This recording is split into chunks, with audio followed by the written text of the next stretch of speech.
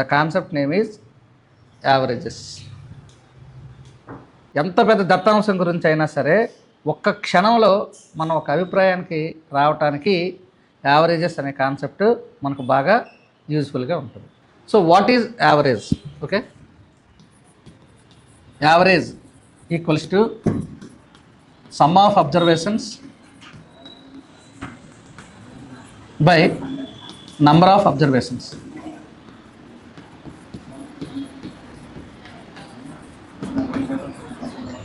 ఓకేనా? సగటు equals to రాసుల మొత్తము బై రాసుల సంఖ్య.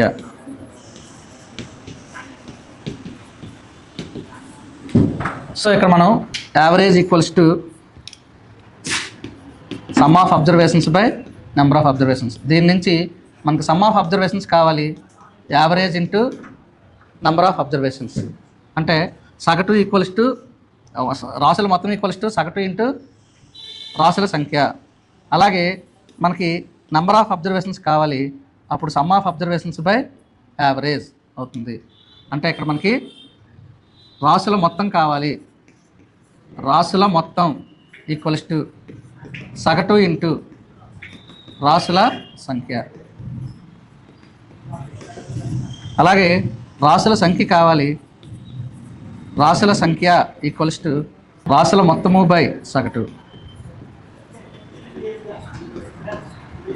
రాసుల మొత్తము బై సగటు. ఇప్పుడు మనకి కొన్ని పారామీటర్స్ ఇచ్చారు, వాటి యొక్క యావరేజ్ని మనం ఫైండ్ అవుట్ చేయాలి. ఫర్ ఎగ్జాంపుల్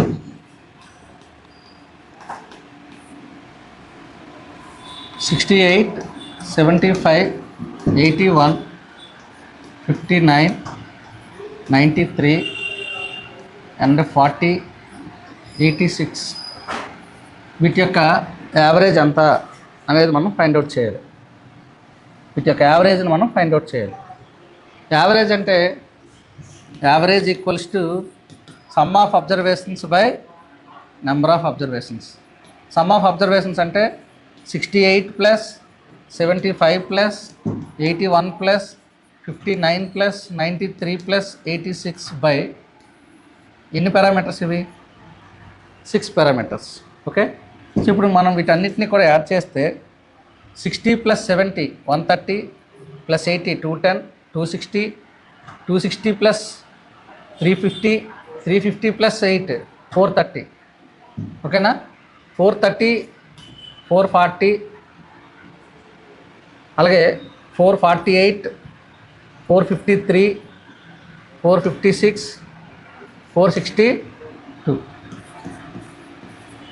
బై 6 అంటే 4 7s 6 7s 42, ఇంకా 4 ఉంటుంది, 6 7s 42. ఆ విధంగా వాటన్నిటి యొక్క యావరేజ్ 77 అవుతుంది. ఫైండ్ ద యావరేజ్ ఆఫ్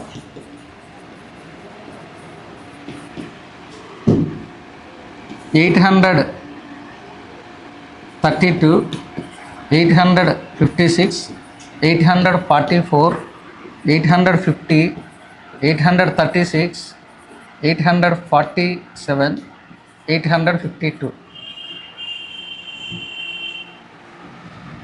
మరో నెంబర్ కూడా ఇద్దాం, 849. వీటి యొక్క యావరేజ్ని ఫైండ్ అవుట్ చేయండి. ఇక్కడ మనకి సమస్య ఏమి ఎదురవుతుంది? ఎక్కడ సమయం వేస్ట్ అవుతుంది? వీటన్నిటినీ కలపడం, వీటన్నిటి యొక్క మొత్తాన్ని కనుక్కోవడానికి మనకి ఎక్కువ సమయం వృధా అవుతుంది. అంతేనా? ఎక్కువ సమయం వృధా అవ్వకుండా మనం ఈ ప్రాబ్లమ్స్ని ఎలా సాల్వ్ చేయాలి, ఇది మనం డిస్కస్ చేయాలి. ఓకేనా? ఇక్కడ మనం ఈ ప్రాబ్లం అనేది వేగంగా సాల్వ్ చేయాలంటే ఎక్కడెక్కడ అసలు ప్రాసెస్ ఏం చేస్తాం అనేది ఒకసారి మనం గుర్తు చేసుకునే ప్రయత్నం చేద్దాం. ఇక్కడ నెంబర్స్ని మానేసి, నెంబర్స్ అనుకోకుండా ఇక్కడ మనం ఏం చేద్దామంటే ఇది అమౌంట్ కింద కాసేపు ఊహించుకోండి, ఇమాజిన్ చేసుకోండి. ఇప్పుడు ఒక పర్సన్ దగ్గర 68 రూపీస్ ఉంది, ఒక పర్సన్ దగ్గర 75, అలాగే 81, 59, 93, 86 రూపీస్ చొప్పున ఉన్నాయి. ఓకేనా? ముందు ఏం చేస్తున్నాం? అందరి దగ్గర డబ్బులు కలెక్ట్ చేస్తున్నాం. ఫస్ట్ పర్సన్ 68 రూపీస్ ఇచ్చాడు, తర్వాత పర్సన్ 75 రూపీస్ ఇచ్చాడు, 81 రూపీస్ ఇచ్చాడు, 59, 93, 86 రూపీస్ చెప్పుని ఇచ్చారు. ఇలా ఇచ్చినప్పుడు అవన్నీ కూడా కలిపితే ఎంత వచ్చింది? 462 రూపీస్ వచ్చింది. ఆ తర్వాత మళ్ళీ అమౌంట్ని మళ్ళీ ఆరుగురికి సమానంగా పెంచాం. అంటే డబ్బులు అందరి దగ్గర తీసుకున్నాం, మళ్ళీ అందరికీ సమానంగా వచ్చే విధంగా పెంచాం. అదే కదా ఇక్కడ జరిగింది.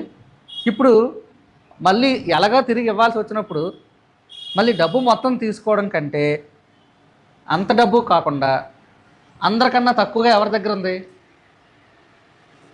59 రూపీస్. ప్రతి ఒక్కరికి తిరిగి 59 రూపీస్ అయితే ఖచ్చితంగా ఇవ్వాలి కదా. ప్రతి ఒక్కరికి 59 రూపీస్ అయితే ఖచ్చితంగా ఇవ్వాలి కదా. సో అందరి దగ్గర 59 రూపీస్ ఉంచుకోమని చెప్పి మిగతా డబ్బులు మాత్రమే మనం కలెక్ట్ చేసాం అనుకోండి. అందరి దగ్గర 58 రూపీస్ చెప్పి నుంచి మిగతా డబ్బులు మాత్రమే కలెక్ట్ చేసాం అనుకోండి. అప్పుడు ఏమవుతుంది? ఈ లెక్క మనం తర్వాత చేద్దాం. అందరి దగ్గర 59 రూపీస్ ఉంచుకోమని చెప్పాం. ఇప్పుడు ఒక్కొక్కరు ఎంత ఇస్తారు? ఇప్పుడు వీడు 59 రూపీస్ ఉంచుకోమని చెప్పాం, మిగతాది ఎక్స్ట్రా మనకి ఇప్పుడు అందరి దగ్గర 59 రూపీస్ చెప్పున ఉంది. ఇప్పుడు ఫస్ట్ పర్సన్ మనకి ఎంత ఇస్తాడు? 9 రూపీస్ ఇస్తాడు. ఆ 9 రూపీస్ని ఇలా కలెక్ట్ చేసిగా వచ్చిన డబ్బులు మళ్ళీ అందరికీ సమానంగా పంచాలి. ఆ విధంగా ఫస్ట్ పర్సన్ 9 రూపీస్ ఇస్తాడు, సెకండ్ పర్సన్ 16 రూపీస్ ఇస్తాడు, థర్డ్ పర్సన్ 22 రూపీస్ ఇస్తాడు, ఫోర్త్ పర్సన్ ఇది ఇవ్వక్కర్లేదు ఎందుకంటే వాడి దగ్గర అదే ఉంది. ఆ తర్వాత పర్సన్ ఈ 59 ఉంచుకొని మిగతా డబ్బులు అంతా ఇచ్చేయాలి వాడికి, 34 రూపీస్ ఇస్తాడు. ఆ తర్వాత పర్సన్ 27 రూపీస్ ఇస్తాడు. ఈ డబ్బులు కలెక్ట్ చేసి మనం ఆరుగురికి సమానంగా పంచాలి. ఇప్పుడు ఇంతకన్నా చిన్న నెంబర్లు మనం కలిపాం. ఇప్పుడు ఇదంతా కలిపితే ఎంత వచ్చింది? ఇదంతా కలిపితే మనకి 50, 70, 80 ఓకేనా. 89, 89 + 6 95, 95 + 2 97, 97 + 11 108 రూపీస్ వచ్చింది. ఈ 108 రూపీస్ని మళ్ళీ ఆరుగురికి సమానంగా పంచితే ఒక్కొక్కరికి 18 రూపాయలు వచ్చాయి. ఇంతకుముందు ఒక్కొక్కరి దగ్గర ఎంత ఉంది? అందరి దగ్గర 59 రూపాయలు ఉంది. ఇప్పుడు అదనంగా ఒక్కొక్కరికి 18 రూపీస్ వచ్చింది. ఇప్పుడు ప్రస్తుతం ఒక్కొక్కరి దగ్గర ఎంత మొత్తం ఉంటుంది? 77 రూపీస్ ఉంటుంది. ఇప్పుడు అందరి దగ్గర ప్రతి ఒక్కరి దగ్గర కూడా 77 రూపీస్ చెప్పిన ఉంటుంది. ఇది ఒక పద్ధతి. అంటే ఇక్కడ మనం ఏం చేసామంటే మళ్ళీ టోటల్గా ఉన్న అమౌంట్ అంతా తీసుకొని మళ్ళీ కలెక్ట్ చేయడం కంటే అందరి దగ్గర కంటే తక్కువ ఎవరి దగ్గర ఉందో చూసుకొని ఆ మొత్తం తప్ప మిగతాది నాకు ఇవ్వండి అని చెప్పాం. ఆ మిగిలిపోయేగా అదనంగా వచ్చిన మొత్తాన్ని మళ్ళీ సమానంగా పంచాం. అలా సమానంగా పంచితే ఒక్కొక్కరికి 18 రూపాయలు వచ్చింది. ఆల్రెడీ ఒక్కొక్కరి దగ్గర 59 రూపీస్ ఉంది, మరో 18 రూపీస్ ఎక్స్ట్రా వచ్చింది. అంటే ఇప్పుడు ప్రస్తుతం ఒక్కొక్కరి దగ్గర 77 రూపీస్ వచ్చింది. దీన్ని ఇలా కాకుండా మరో మెథడ్ కూడా మనం ఆలోచించే ప్రయత్నం చేద్దాం. ఇప్పుడు ఏంటంటే ఇప్పుడు 59 రూపీస్ ఉంచుకోవాల్సి వచ్చినప్పుడు కొంతమంది చాలా ఎక్కువ మొత్తం ఇవ్వాల్సి వస్తుంది, ఇప్పుడు అలా కాకుండా మనం least number 59, highest number 93. So ఈ రెండింటికి మధ్యస్థంగా ఉండే యూనిట్ ప్లేస్లో 0 వచ్చే నెంబర్లు మనం తీసుకోవాలి. 60, 70, 80. 60 వీటన్నిటికీ క్లోజ్గా ఉంటుందా? 70 వీటన్నిటికీ క్లోజ్గా ఉంటుందా? 80 క్లోజ్గా ఉంటుందా? 70 క్లోజ్గా ఉంటుంది. ఇప్పుడు మనం ఏం చేద్దామంటే ప్రతి ఒక్కరి దగ్గర 70 రూపీస్ ఉంచుకోండి. ఆ 70 రూపీస్ కూడా మీ దగ్గర లేకపోతే ముందే మనం వాళ్ళకి కొంత ప్రొవైడ్ చేస్తాం. 70 కన్నా ఎక్కువ ఉంటేనే మనం వాళ్ళ దగ్గర మనం కలెక్ట్ చేయటం అనేది చేస్తాం. ఓకేనా. ఇప్పుడు ఆ విధంగా ఫస్ట్ పర్సన్ 70 రూపీస్ ఉండాలి తన దగ్గర, కానీ తన దగ్గర 68 రూపీసే ఉంది. అందుకు మనకి తన దగ్గర 70 అవ్వాలంటే మనం 2 రూపీస్ ఇవ్వాలి తనకి, మనం తిరిగి ఇవ్వాలి. సో మనం తిరిగి ఇవ్వాల్సి వచ్చినప్పుడు మైనస్ వేద్దాం, మన దగ్గరికి వచ్చిన డబ్బులు ప్లస్ వేద్దాం. రెండో పర్సన్ దగ్గర 75 రూపీస్ ఉంది, తను మనకు 5 రూపీస్ ఇస్తాడు. థర్డ్ పర్సన్ దగ్గర 81 రూపీస్ ఉంది, 11 రూపీస్ ఇస్తాడు.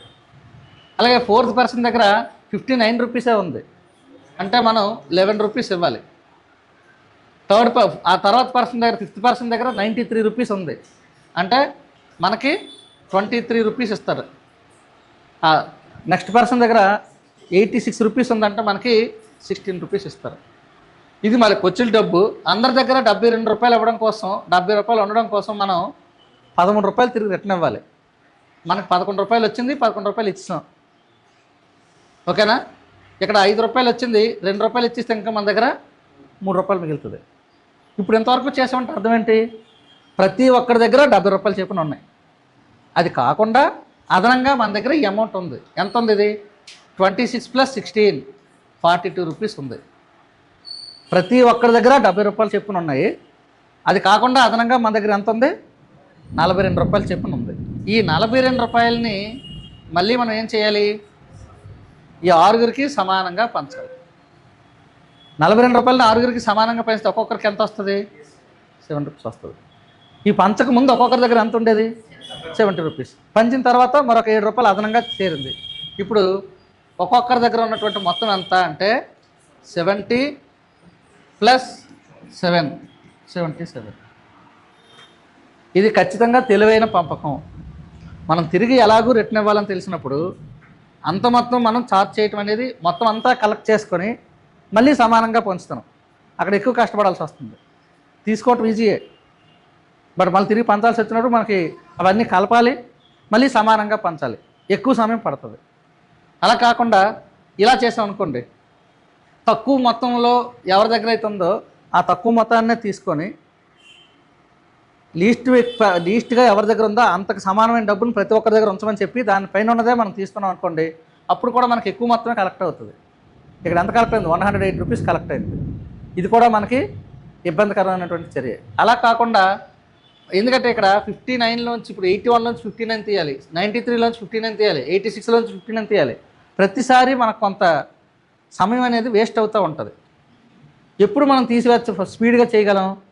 యూనిట్ ప్లేస్లో 0 ఉందనుకోండి, మనం ఖచ్చితంగా స్పీడ్గా రెస్పాండ్ అవ్వగలం. యూనిట్ ప్లేస్లో 0 ఉండేటప్పుడు మనం వేగంగా రెస్పాండ్ అవ్వగలం.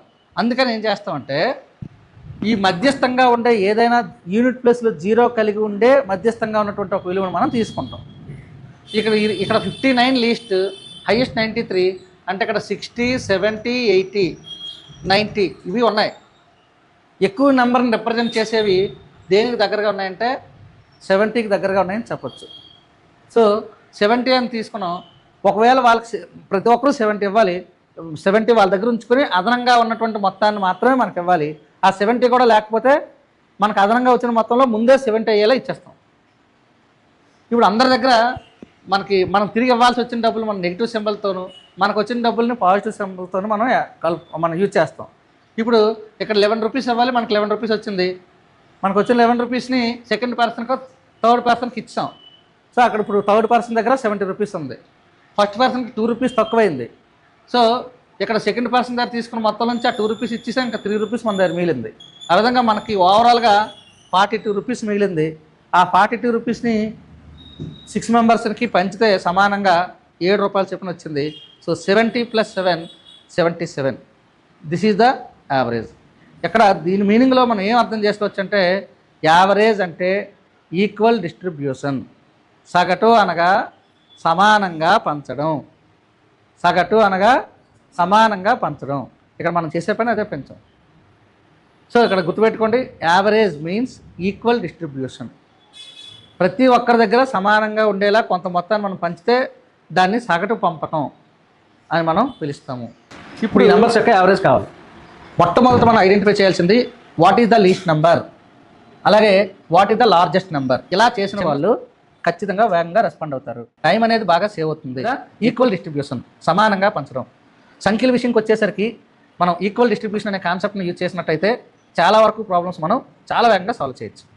ఓకేనా? వీటి యొక్క యావరేజ్ని మనం ఫైండ్ అవుట్ చేయాలి. మీరు మొత్తం యాడ్ చేసి చేయాలనుకున్నా చేయొచ్చు, but it's a lengthy process and ఎక్కువ సమయాన్ని వృధా చేసే ప్రాసెస్. ఈక్వల్ డిస్ట్రిబ్యూషన్ అనే కాన్సెప్ట్ని బేస్ చేసుకొని ఈ ప్రాబ్లమ్ని మనం సాల్వ్ చేసే ప్రయత్నం చేస్తే చాలా వేగంగా మనం ఇటువంటి ప్రాబ్లమ్స్ని సాల్వ్ చేయొచ్చు. Watch the full video on our app.